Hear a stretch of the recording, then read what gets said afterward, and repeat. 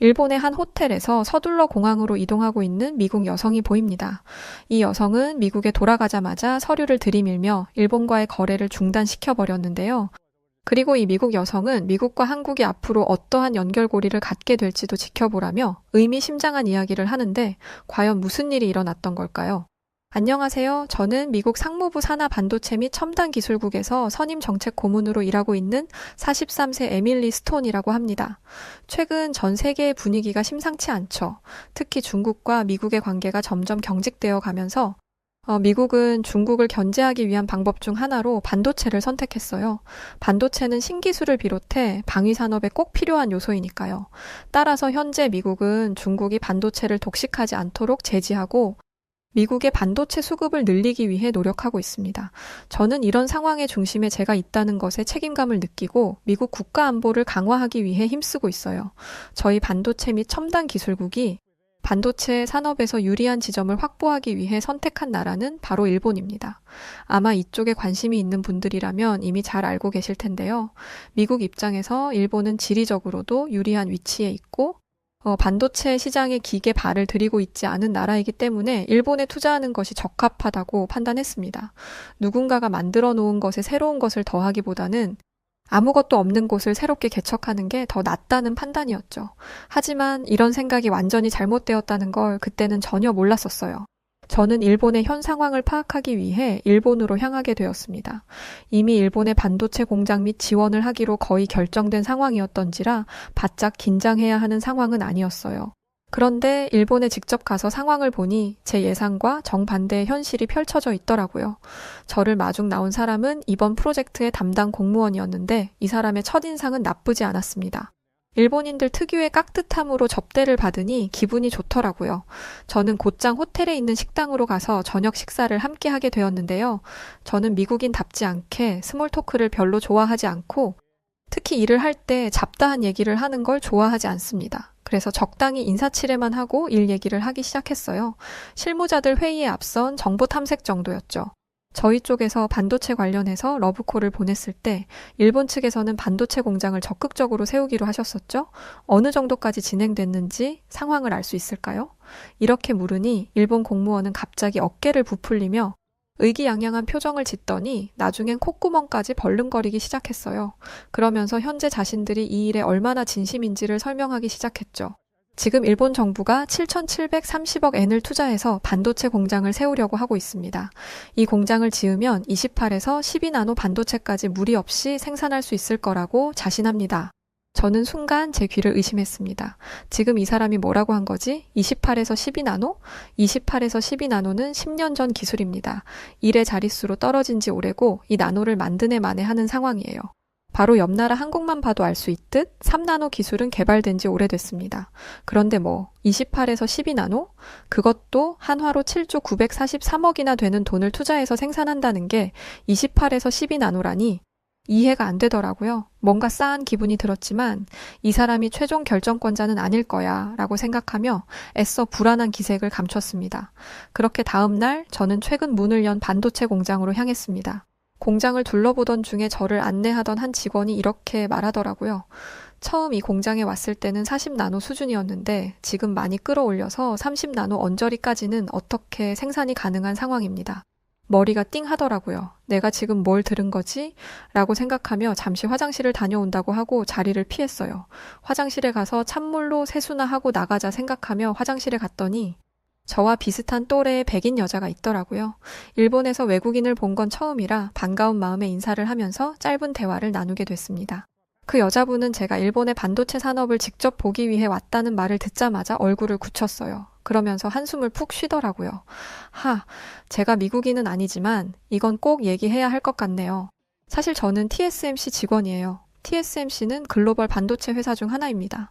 그리고 이런 최첨단 기술을 도입할 때는 외국의 기업들을 유치하는 경우가 드물지 않아요.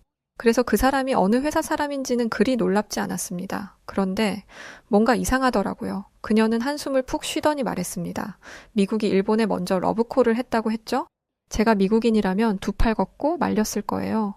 지금 저희 회사가 들어와서 반도체 기술이 많이 향상된 건 사실이에요. 그런데 이걸 이렇게 키워놓으면 뭐해요? 일본은 지금 반도체 기술을 유지할 능력이 하나도 없어요. 이건 또 무슨 의미인지 벌써부터 머리가 아득해졌습니다. 일본은 엄청난 규모의 자본을 투자해서 반도체 시장을 키우겠다고 미국에 약속한 상황이에요. 그런데 이런 약속은 당연히 어느 정도 기반이 닦인 상황에서 해야 하는 거라는 게 기본적인 상식이라고 생각합니다. 50인 나라가 100이 될 때까지 기다려주는 것도 어려운 일인데 0인 나라가 100이 될 때까지 어떻게 기다려주겠어요? 제가 멍하니 서 있자. 그녀는 제게 또 다른 충격적인 사실도 들려주었습니다. 미국이 호의적으로 구니까 이때다 싶어서 덥석 문 것 같네요. 일본의 반도체 기술은 40년 전에 멈춰 있다고 해도 과언이 아니거든요. 오랫동안 손 놓고 있었던 분야이다 보니 전문가들도 없고, 미국이 본격적으로 일본과 손을 잡으면 미국은 금전적인 것뿐만 아니라 인적 자원까지 모조리 일본에 갖다 바쳐야 할 거예요. 이제야 이상한 기시감의 이유를 알겠더라고요. 일본은 겉만 번지르르 할 뿐이지 현재 아무것도 가진 게 없는 상황이었습니다. 거대한 규모의 투자? 돈은 누가 못 쓰겠어요. 대체 이 문제를 어디서부터 어떻게 뜯어봐야 하나? 지끈거리는 머리를 짚고 일본인 관계자들에게로 향했습니다. 그 사람은 제 마음도 모르고 이렇게 말하더라고요. 미국은 일본의 손을 잡은 걸 절대 후회하지 않을 겁니다. 제발 그 입 좀 다물라고 하고 싶었죠. 그런데 이 일본인의 헛소리는 여기서 끝이 아니었습니다. 제 이 공장을 짓는 것도 곧 가능할 거예요. 지금 일본 정부에서 엄청난 규모의 투자를 아끼지 않고 있거든요. 직장 생활을 해본 분들이라면 아실 거예요. 이런 말을 하려면 기본적인 자료가 있어야 한다는 걸요. 그런데 생각해보니 저는 일본에 와서 이런 자료를 단 한 번도 받아본 적이 없습니다. 그래서 자료를 요구했어요. 그러자 당황하더라고요. 지금 당장은 어렵고 사무실에 가 있으면 가져다 주겠다고 했습니다. 갑작스러운 요구이니 시간이 좀 걸리나 보구나 생각하며 사무실에서 기다리고 있는데 1시간이 지나도 아무도 오지 않는 거예요. 쥐뿔도 없는 인간들이 근거도 없이 떠들어댄 게 사실이구나. 없는 자료 찾으려니 그래. 힘들겠지라고 생각하면서 반포기 상태로 있는데 그 순간 문이 열렸고 저는 경악을 금치 못했습니다.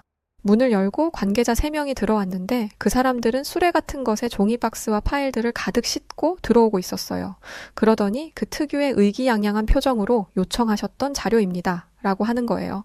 그들이 가져왔던 건 전부 제가 요청했던 자료와 관련된 것들이었습니다. 설마 이걸 다 읽어보라고 하는 건 아니죠? 제가 요청한 건 일본 정부가 반도체 공장에 얼마를 투자했고 그 투자금이 어떤 항목에 어떻게 사용됐는지에 대한 자료예요. 그걸 정리해 두셨을 거 아니에요? 그걸 주세요. 라고 말하니 그들은 식은땀이 나는 듯 손수건으로 이마를 닦았습니다. 그러더니 저희가 이 사업을 한 지 얼마 되지 않아서 자료를 완벽하게 정리해둔 상황이 아닙니다. 정신이 워낙 없었어서 서류를 쌓아두다 보니 서류가 뒤죽박죽 섞여버렸네요. 라고 하는 게 아니겠어요? 그런데 충격적인 건 따로 있었습니다. 반포기 상태로 서류를 집어들었는데 그 서류가 전부 수기로 작성되어 있더라고요. 컴퓨터로 작성해서 프린트를 한 게 아니라 일일이 사람 손으로 글을 적은 거예요. 게다가 상사의 승인을 받아야 하는 칸에는 도장이 정갈하게 찍혀 있었습니다. 저는 제가 서 있는 이곳이 최첨단 기술을 다루는 반도체 공장이 있는 게 맞는지 의심스러웠어요.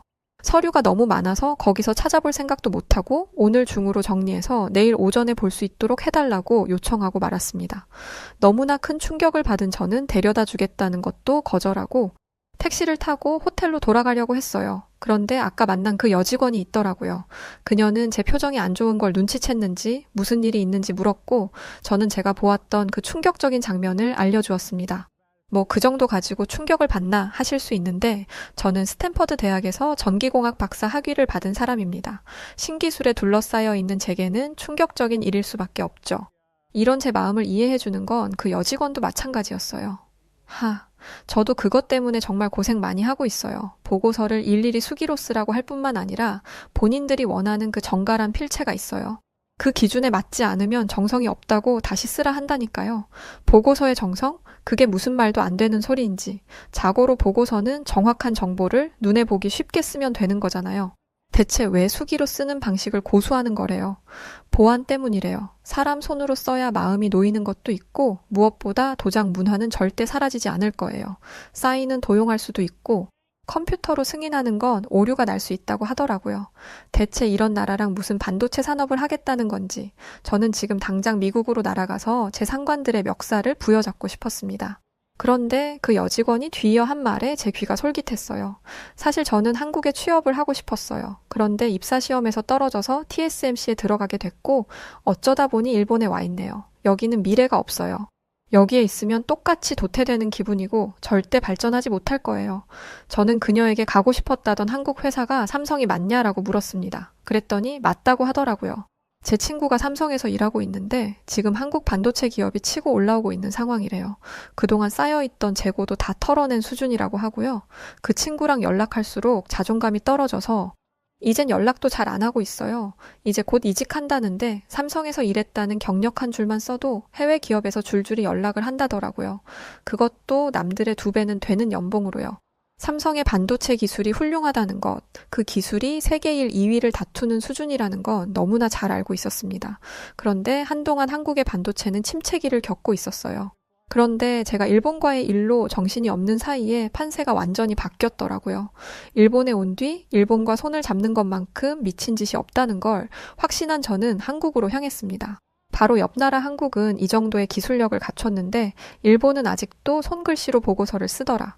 바로 옆 나라 기술의 발끝도 못 따라가는 나라랑 뭘 할 수 있겠냐라는 주장을 하려면 한국을 더 잘 알아야 하니까요. 한국은 첫인상부터 최첨단이었습니다. 그런데 이걸 얘기하면 한국인들은 한국이 무슨 최첨단 도시야 라고 하더라고요. 아마 너무 익숙해져 있기 때문이겠죠. 한국은 세계 최초로 5G 상용화에 성공했고 그만큼 관련 네트워크 장비 및 단말기 기술이 전 세계를 선도하고 있습니다.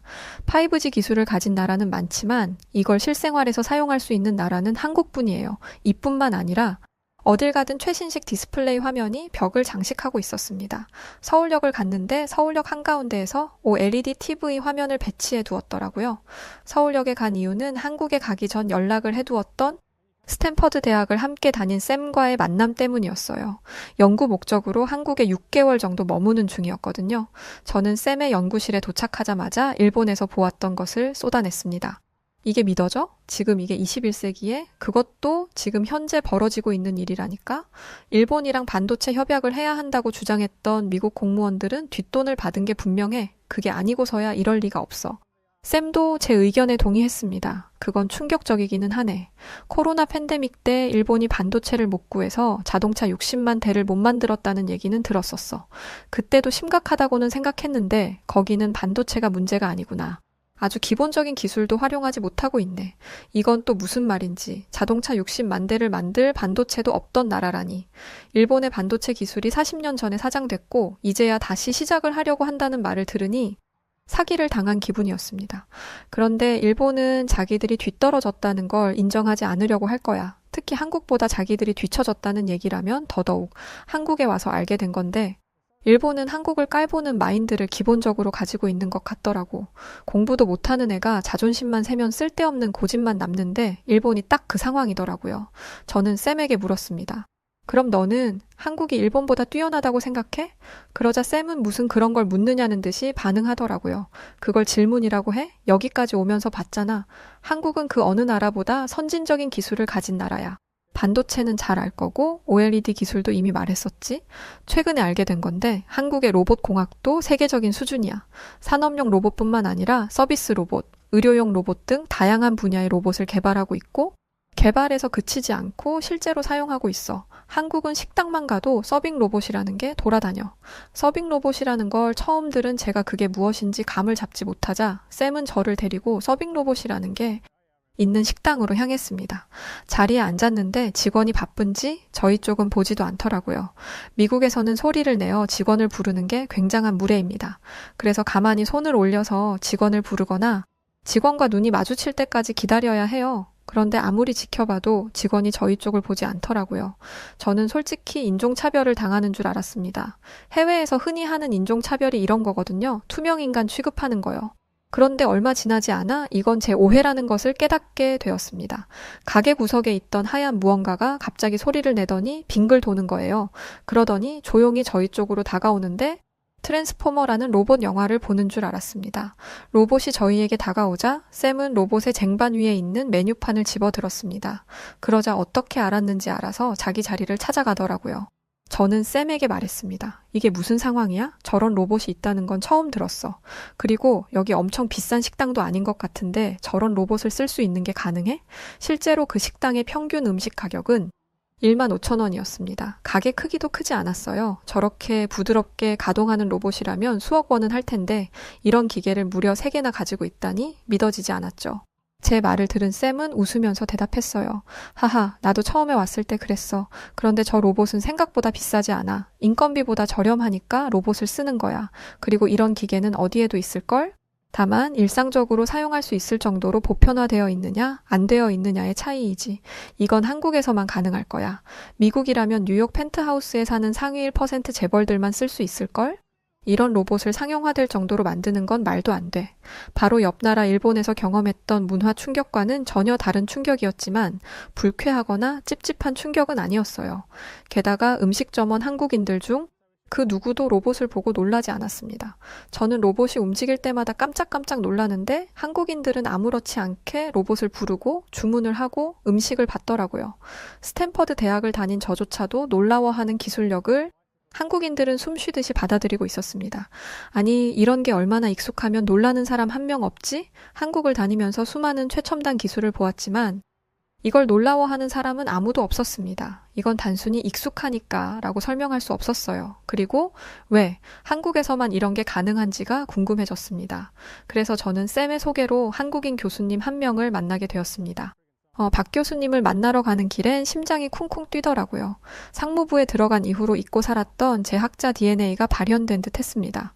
저는 박 교수님을 만나자마자 참을 수 없다는 듯 제가 경험했던 놀라운 사건에 대해 늘어놓기 시작했어요. 그러자 박 교수님은 한국이 기술 강국이 될 수밖에 없었던 이유를 설명해 주셨어요. 한국은 천연 자원이 부족한 국가입니다. 게다가 60년대까지만 해도 주변 국들의 지속적인 원조를 받아야 했을 정도로 가난한 국가이기도 했죠. 가난한데 가진 것도 없는 한국이 살아남기 위해 선택한 것은 사람이었어요. 사람을 자원으로 활용하겠다는 거였죠. 사람을 성장시키는 가장 좋은 방법은 교육입니다. 사람들의 인식을 깨우고 천연자원 없이도 경쟁력 있는 분야를 성장시키는데 필수적이었죠. 첨단 한국을 봐서 그런지 한국이 최빈국 중 하나였다는 사실이 쉽게 믿어지지 않았습니다. 그런데 박 교수님이 보여준 한국의 과거 사진을 보니 그게 사실이라는 걸 알게 되었어요. 믿어지지가 않더라고요. 게다가 한국은 1991년에 IMF 외환위기를 겪었던 나라입니다. 그리스 등 유럽 국가는 여전히 극복하지 못하고 있는 외환위기를 무려 약 3년 8개월 만에 극복했다는 엄청난 성과였죠. 국가의 위기가 생기면 당장 먹고 사는 게 힘들어지기 때문에 눈에 보이지 않는 교육보다는 눈에 보이는 1차, 2차 산업에 투자하기 마련이죠. 하지만 한국은 국가적 차원에서 교육에 과감한 투자를 했고 그 결과 한국은 전 세계에서 으뜸 가는 첨단 기술 회사를 보유한 나라가 되었고 한국에 있는 모든 국민들은 최첨단 기술의 수혜를 받을 수 있게 되었습니다. 솔직히 한국인들의 삶에는 별 관심이 없었어요.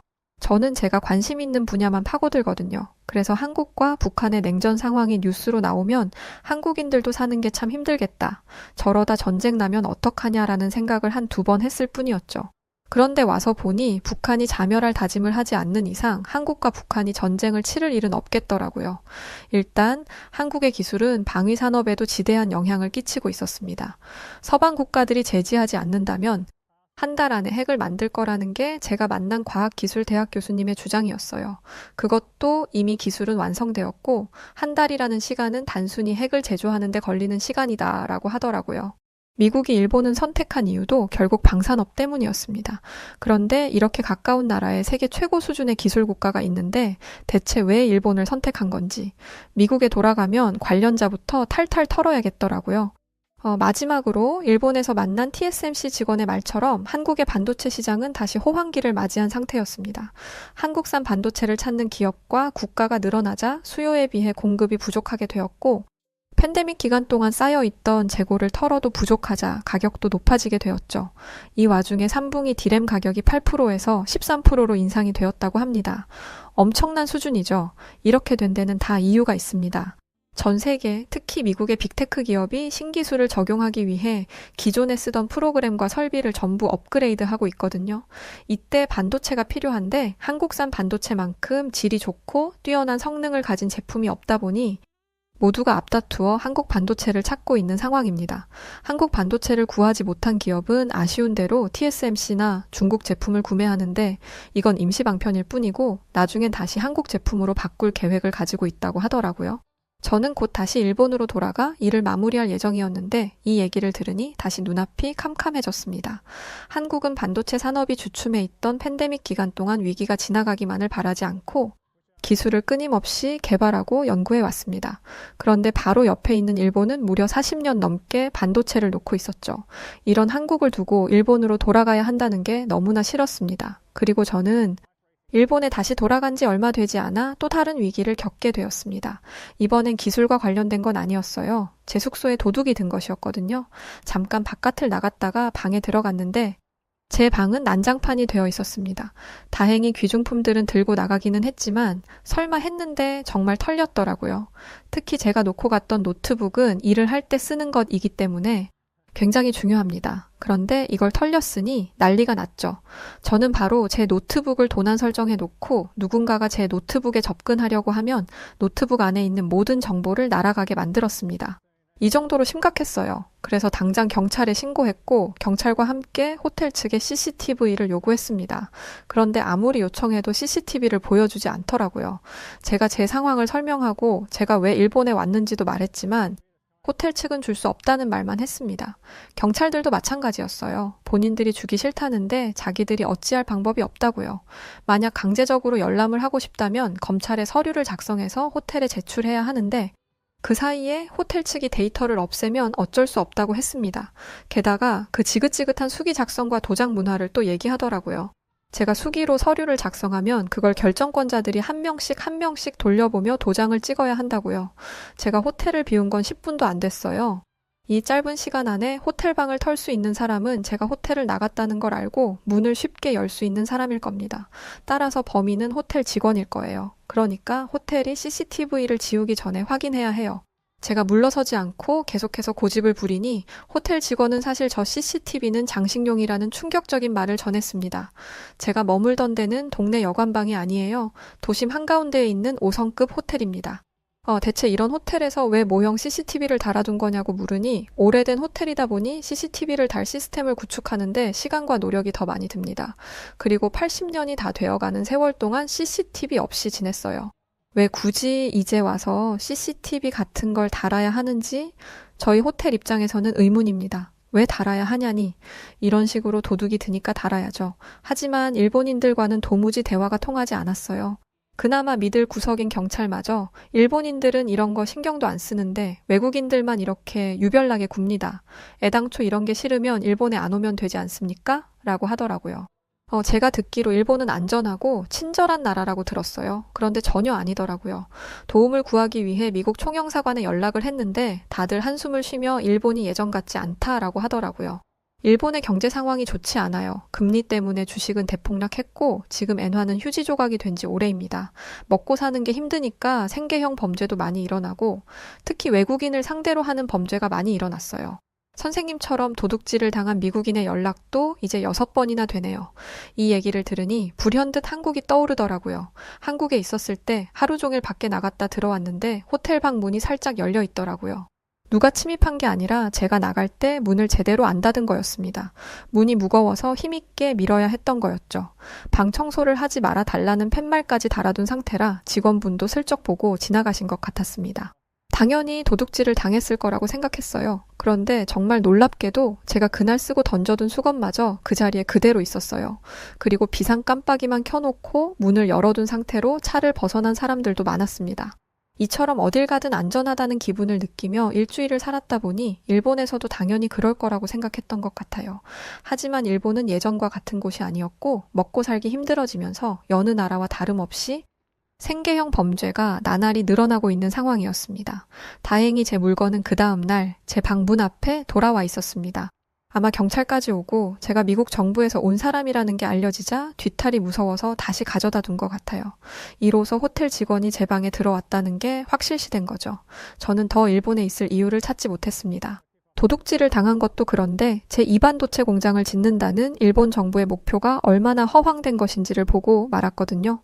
일본 정부는 라피더스라는 반도체 공장을 설립하기 위해 8개 기업에 투자를 유치했습니다. 총 5조 엔이 필요하다면서요. 하지만 8개 기업이 투자한 금액은 겨우 73억 엔에 불과했어요. 처음에만 이러고 나중엔 좀 더 하겠지라고 생각한 건 일본 정부의 착각이었습니다. 일본 기업들이 처음 투자한 금액은 국가가 하라고 하니까 억지로 한 것일 뿐 더 이상의 투자는 없었어요. 이렇게 되면 라피더스는 정부 기업이 되고 경쟁할 만한 기업이 없으니 도태되고 말겠죠. 5조나 되는 금액을 다시 투자한다는 것도 말이 안 되고요. 일본 정부가 부족한 돈을 어디서 가져올지는 불보듯 뻔합니다. 미국이죠? 이걸 자신 있게 가져다 주는 걸로 보아 일본 공무원들은 뭐가 문제인지 현실 직시가 전혀 안 된 게 분명했습니다. 저는 모든 자료를 들고 미국으로 향했어요. 그리고 이 상황을 보고했죠. 이 상황을 보고했을 때 미국 상무부 산하 반도체 첨단 기술국 직원들의 반응이 어땠는지는 대외비라 말하지 못하지만 최근 뉴스를 검색해보면 일본 반도체 제2공장 라피더스의 건설이 중단되었다는 것을 찾아보실 수 있을 겁니다. 그리고 현재 반도체 호황기를 맞이한 한국 기업과 미국이 어떠한 연결고리를 갖게 될지 그것도 집중해서 지켜보신다면 제가 어떤 역할을 했는지 아실 수 있을 거예요. 아마 저는 얼마 뒤에 한국으로 가게 될 것 같습니다. 이번엔 좀 더 면밀하게 한국을 연구해보고 싶다는 생각이 드는데요. 제 학자적 DNA를 발동시킨 한국에 대해 더 많은 이야기를 할 수 있기를 바라며 제 사연은 여기서 마치도록 하겠습니다. 감사합니다. 네, 오늘 사연 여기까지입니다. 일본이 확실하게 예전 같지는 않아요. 아직까지는 그래도 일본이 부자고 어쩌고 하기는 하지만 막상 일본에 가보면 낙후된 모습들을 심심치 않게 볼 수 있더라고요. 한때 필리핀이 한국보다 부자여서 한국을 도와줬던 나라라고 들었는데 지금은 완전히 반대의 상황이 된 것처럼 일본도 그러지 않으리란 법이 없으니까요. 자, 그럼 오늘 사연 어떻게 들으셨나요? 사연이 좋으셨다면 구독, 좋아요 부탁드립니다. 그럼 저는 사연을 전해드린 여우튜브 송은지였고요. 더 재밌는 영상으로 찾아뵐게요. 끝까지 시청해주셔서 고맙습니다. 그리고 우리 구독자분들 감사합니다. 사랑합니다. 당신만의 여우튜브